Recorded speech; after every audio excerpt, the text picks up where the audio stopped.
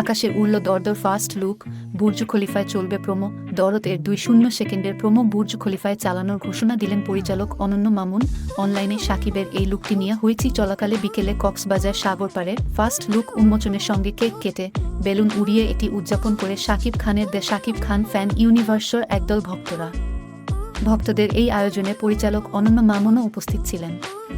Fan ক্লাবের আশরাফুল নাইম জানান, তাৎক্ষণিকভাবে এই আয়োজন করা। ফেসবুকে পোস্ট দেওয়ার অল্প সময়ের মধ্যে 5-0 জন ছুটে চলে আসে। দরদর পরিচালক অনন্য মামুন বলেন, কক্সবাজারে শাকিব ভাইয়ের ভক্তরা এই আয়োজন করে। তারা বেলুনে ফার্স্ট লুক উড়িয়ে কেক কেটে উদযাপন করে। এই উদযাপন আমাকে আনন্দ দিয়েছে। শাকিব ভাইয়ের ভক্তরা যে অনলাইনের পাশাপাশি অফলাইনেও সক্রিয় সেটা আবার বুঝলাম। ভালোবাসা দিবসে পোস্টার প্রকাশ ছাড়াও আরও একটি ঘোষণা দিলেন দরদ নির্মাতা মামুন।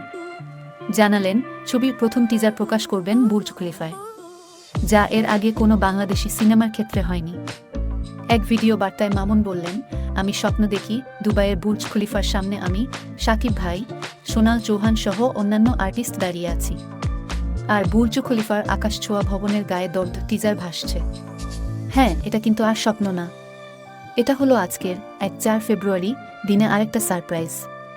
দরদর প্রথম 2 সেকেন্ডের প্রোমো দেখানো হবে বুর্জ খলিফায়। শাকিব খানের প্রকাশিত লুকে দেখা যায় তার চুলগুলো একেবারে এলোমেলো, চোখে মুখে রক্তের ছাপ, টাটকা রক্ত ভেজা ডান হাত লাগিয়ে রেখেছেন গালে।